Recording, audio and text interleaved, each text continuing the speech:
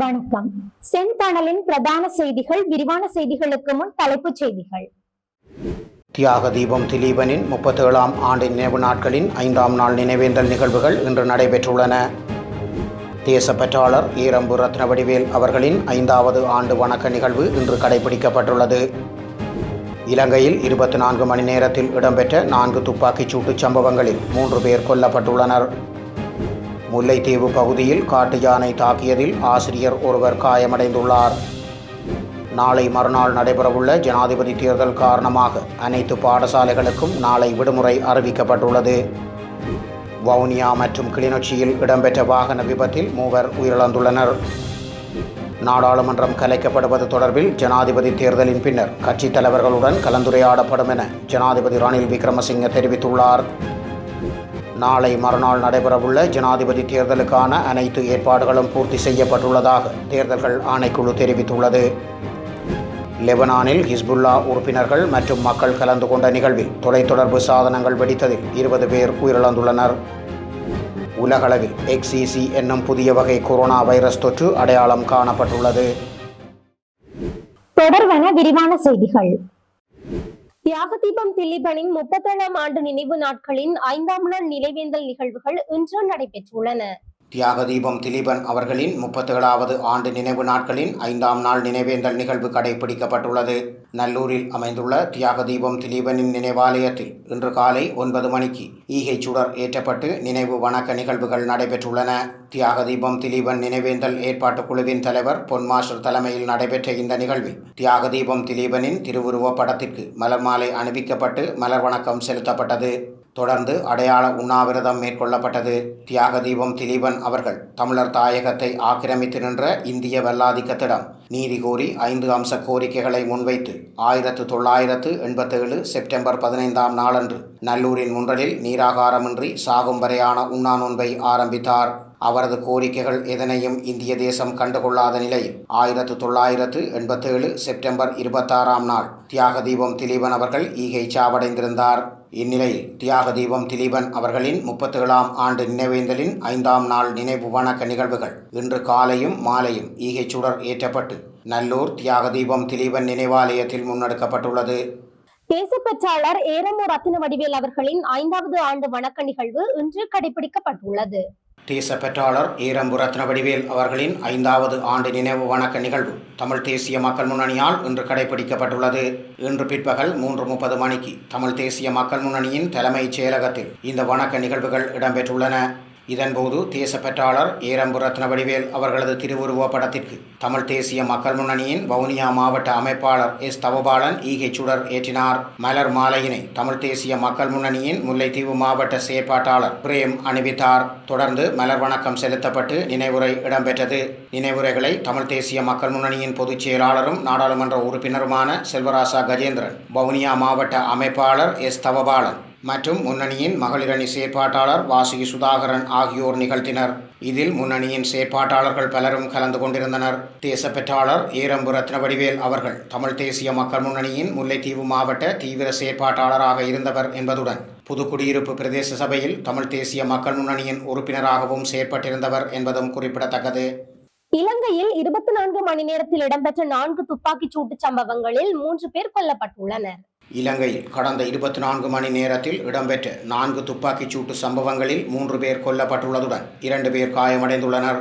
குருநாகல் ரஸ்நாயக்கபுர பகுதியில் இடம்பெற்ற துப்பாக்கிச் சூட்டில் 30 அகவையுடைய நபர் ஒருவர் உயிரிழந்துள்ளார். அதேவேளை இன்று காலை கொவியாபான பிரதேசத்தில் உள்ள மீன் விற்பனை நிலையம் ஒன்றில் வைத்து ஒருவர் சுட்டுக் கொல்லப்பட்டுள்ளார். கொல்லப்பட்டவர் 38 அகவையுடைய சதுரங்க என்ற மீன் வியாபாரி என்றும் தெரிவிக்கப்பட்டுள்ளது. அதேவேளை மற்றைய துப்பாக்கிச் சூட்டு சம்பவங்கள் கொகிவல, தங்காலை மற்றும் மிதிகம பிரதேசங்களில் இருந்து பதிவாகியுள்ளன. அடையாளம் தெரியாத நபர்களால் இந்த துப்பாக்கிச் சூட்டு சம்பவங்கள் மேற்கொள்ளப்பட்டுள்ளதாக ஸ்ரீலங்கா காவல்துறையினருக்கு கிடைத்த முறைப்பாட்டின் அடிப்படையில் விசாரணைகள் ஆரம்பிக்கப்பட்டுள்ளதாக ஸ்ரீலங்கா காவல்துறை வட்டாரங்கள் தெரிவித்துள்ளன. முல்லைத்தீவு பகுதியில் காட்டு யானை தாக்கியதில் ஆசிரியர் ஒருவர் காயமடைந்துள்ளார். முல்லைத்தீவு பகுதியில் இன்று காலை காட்டு யானை தாக்கியதில் ஆசிரியர் ஒருவர் காயமடைந்த நிலையில் மருத்துவமனையில் அனுமதிக்கப்பட்டுள்ளார். சம்பவம் தொடர்பில் தெரிகையில், முல்லைத்தீவு முள்ளியவளை பகுதியில் இருந்து கேப்பாபிலவு வீதியால் பாடசாலைக்கு சென்று கொண்டிருந்த ஆசிரியர் ஒருவர் புதுக்குடியிருப்பு கள்ளியடி பாலத்தை நெருங்கிய போது பாலத்தடியில் நின்ற 2 காட்டு யானைகள் வீதியை வழிமறித்து ஆசிரியர் பயணித்த உந்துருளியை தூக்கி எறிந்ததுடன் ஆசிரியரையும் தாக்கிவிட்டு சென்றுள்ளது. இந்நிலையில் காயமடைந்த ஆசிரியர் மீட்கப்பட்டு முல்லைத்தீவு மாவட்ட மருத்துவமனைக்கு கொண்டு செல்லப்பட்டு சிகிச்சைக்காக அனுமதிக்கப்பட்டுள்ளார். யானை தாக்குதலுக்கு உள்ளான ஆசிரியர் கணுக்கேணி முள்ளியவளையைச் சேர்ந்த 28 அகவையுடைய நடன சபாபதி சிவசோதி என்று தெரிவிக்கப்பட்டுள்ளது. தற்போது இவர் உடையார்கட்டு குரவில் மகா வித்தியாலயத்தில் கல்வி கற்பித்து வருவதுடன் பாடசாலைக்கு வரும் வழியிலேயே இந்த சம்பவம் நடைபெற்றுள்ளதாகவும் தெரிவிக்கப்பட்டுள்ளது. நாளை மறுநாள் நடைபெறவுள்ள ஜனாதிபதி தேர்தல் காரணமாக அனைத்து பாடசாலைகளுக்கும் நாளை விடுமுறை அறிவிக்கப்பட்டுள்ளது. அனைத்து அரசு பாடசாலைகளும் நாளை 20ஆம் நாள் மூடப்படும் என கல்வி அமைச்சு தெரிவித்துள்ளது. நாளை மறுநாள் நடைபெறவுள்ள ஜனாதிபதி தேர்தல் காரணமாக இந்த தீர்மானம் எடுக்கப்பட்டுள்ளது. இந்த நிலையில் 2024ஆம் ஆண்டு ஜனாதிபதி தேர்தலுக்கான இறுதி பிரசார கூட்டங்கள் நேற்றைய நாள் நள்ளிரவுடன் நிறைவடைந்துள்ளது. அதன்படி நேற்றைய நாள் நள்ளிரவு 12 மணி முதல் தேர்தல் நடைபெறும் 21ஆம் நாள் சனிக்கிழமை வரையிலான காலப்பகுதி அமைதி காலமாக பிரகடனப்படுத்தப்பட்டுள்ளது.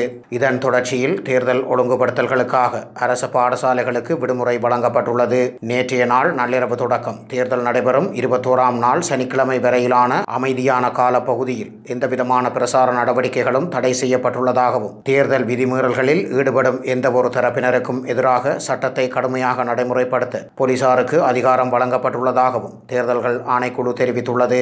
இதேவேளை ஜனாதிபதி தேர்தல் நடைபெறும் 21ஆம் நாள் போன்று 22ஆம் நாளும் நாடு முழுவதும் உள்ள அனைத்து மதுபான சாலைகளும் மூடப்படும் என கலால் திணைக்களம் அறிவித்துள்ளது. தேர்தல் ஆணைக்குழுவின் வேண்டுகோளுக்கு இணங்க இந்த நடவடிக்கை எடுக்கப்பட்டுள்ளதாக கலால் ஆணையாளர் நாயகம் MG குணசிறி தெரிவித்துள்ளார். இதேவேளை நாட்டில் உள்ள அனைத்து பாடசாலைகளும் செப்டம்பர் 20ஆம் நாள் மூடப்படும் எனவும் எதிர்வரும் 23ஆம் நாள் திங்கட்கிழமை வழமை போன்று பாடசாலைகள் ஆரம்பிக்கப்படும் எனவும் கல்வி அமைச்சு தெரிவித்துள்ளது. வவுனியா மற்றும் கிளிநொச்சியில் இடம்பெற்ற வாகன விபத்தில் 3 உயிரிழந்துள்ளனர். வவுனியா பகுதியில் இடம்பெற்ற விபத்தில் 2 உயிரிழந்துள்ளனர். விபத்து நேற்று மாலை ஓமந்தை பகுதியில் இடம்பெற்றுள்ளது. ஓமந்தை பன்றை கெய்தகுளம் பகுதியில் இருந்து வவுனியா நோக்கி உந்துருளியில் வந்து கொண்டிருந்த 2 ஓமந்தை எரிபொருள் நிரப்பு நிலையத்திற்கு அண்மையில் சென்று கொண்டிருந்த போது வீதியில் நின்ற ஒருவருடன் மோதியதில் விபத்து ஏற்பட்டுள்ளது. இதன்போது விபத்தில் படுகாயமடைந்த 2வரையும் வீதியால் சென்றவர்கள் மீட்டு வவுனியா மருத்துவமனையில் அனுமதித்துள்ளனர். இருப்பினும் அவர்கள் ஏற்கனவே உயிரிழந்து விட்டதாக மருத்துவர்களால் தெரிவிக்கப்பட்டுள்ளது. இதேவேளை கிளிநொச்சியில் இன்று அதிகாலை இடம்பெற்ற வாகன விபத்தில் இளைஞர் ஒருவர் உயிரிழந்துள்ளார். குறித்த விபத்து கிளிநொச்சியில் இருந்து வட்டக்கச்சி செல்லும் வீதியின் பன்னங்கண்டி பாலத்திற்கு அருகாமையில் இடம்பெற்றுள்ளது.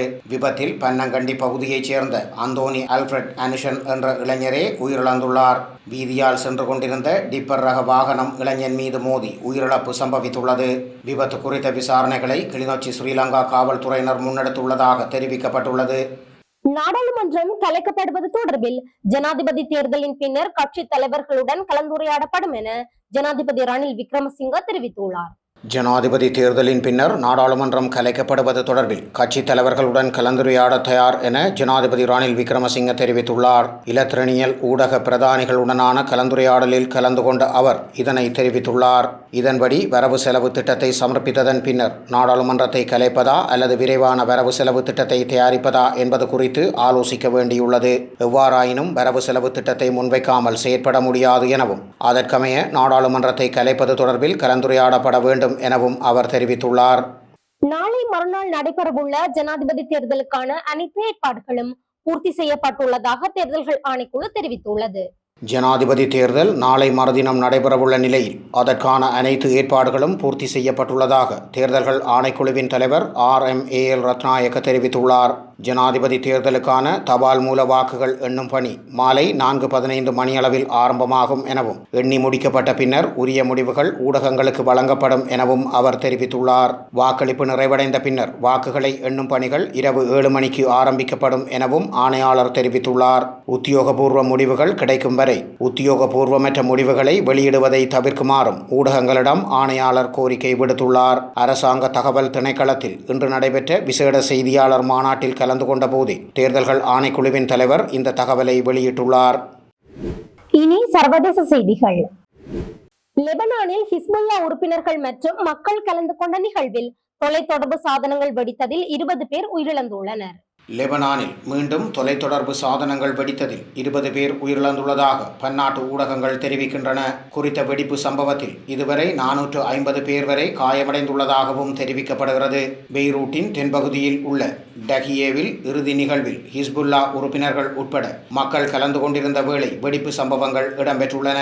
நேற்றைய நாள் உள்ளூர் நேரப்படி 3:45 மணியளவில் தலைநகர் பெய்ரூட் உட்பட பல பகுதிகளில் பேஜர்கள் வெடிக்க தொடங்கியுள்ளன. இந்த வெடிப்புகளில் 2 குழந்தைகள் உட்பட 12 பேர் உயிரிழந்துள்ளதுடன் சுமார் 3000 பேர் காயமடைந்துள்ளனர். பட்டாசுகள் போன்றும் துப்பாக்கிச் சூடு போன்றும் சிறிய வெடிப்புகள் நிகழ்வதற்கு முன்பதாக சிலரின் பொக்கெட்டுக்குள் இருந்து புகை வருவதை கண்டதாக சாட்சிகள் தெரிவித்தனர். இஸ்ரேலின் ஃபைசர் தாக்குதல் என்று அரேபிய செய்திகளை மேற்கோள் காட்டி லெபனான் குற்றம் சாட்டியுள்ளது. ஹிஸ்புல்லா அமைப்பின் உறுப்பினர்களின் வோக்கி டோக்கிகளும் வெடித்து சிதறியதால் லெபனானில் செயற்பட்டு வரும் ஈரான் ஆதரவு ஹிஸ்புல்லா அமைப்பு இஸ்ரேலுக்கு பதிலடி நிச்சயம் வழங்கப்படும் என அறிவித்துள்ள நிலையில் மத்திய கிழக்கில் மீண்டும் பதற்றம் அதிகரித்துள்ளது. உலகளவில் XEC எனும் புதிய வகை கொரோனா வைரஸ் தொற்று அடையாளம் காணப்பட்டுள்ளது. உலகளவில் 27 நாடுகளில் XEC என்னும் புதிய வகை கொரோனா வைரஸ் தொற்று பரவியுள்ளதாக அதிர்ச்சி தகவல் ஒன்று வெளியாகியுள்ளது. ஜெர்மனியில் கடந்த ஜூன் மாதம் அடையாளம் காணப்பட்ட XEC என்னும் குறித்த வைரஸ் இதுவரை பிரித்தானியா, அமெரிக்கா, டென்மார்க் உள்ளிட்ட பல நாடுகளில் கண்டறியப்பட்டுள்ளதாகவும் தெரிவிக்கப்பட்டுள்ளது. மேலும் குளிர்காலத்தில் வேகமாக பரவத்தக்க சிறிய புதிய பிறழ்வுகளை இந்த புதிய வைரஸ் கொண்டிருப்பதாகவும் தடுப்பூசிகள் பயன்பாடு மூலமாக இந்த திரிவால் மனிதர்களுக்கு தீவிரமான பாதிப்பு ஏற்படுவதற்கான வாய்ப்பு குறைவு என்றும் நிபுணர்கள் தெரிவித்துள்ளனர். அண்மை காலமாக புதிய கொரோனா திரிவுகளுக்கு ஏற்ப தடுப்பூசிகள் மேம்படுத்தப்பட்டுள்ளன. XEC என்னும் இந்த புதிய திரிவு முந்தைய ஒமிக்ரோன் திரிவில் இருந்து உருவாகியுள்ளது என்றும் நிபுணர்கள் தெரிவித்துள்ளனர். இத்துடன் செய்திகள் நிறைவடைகின்றன. வணக்கம்.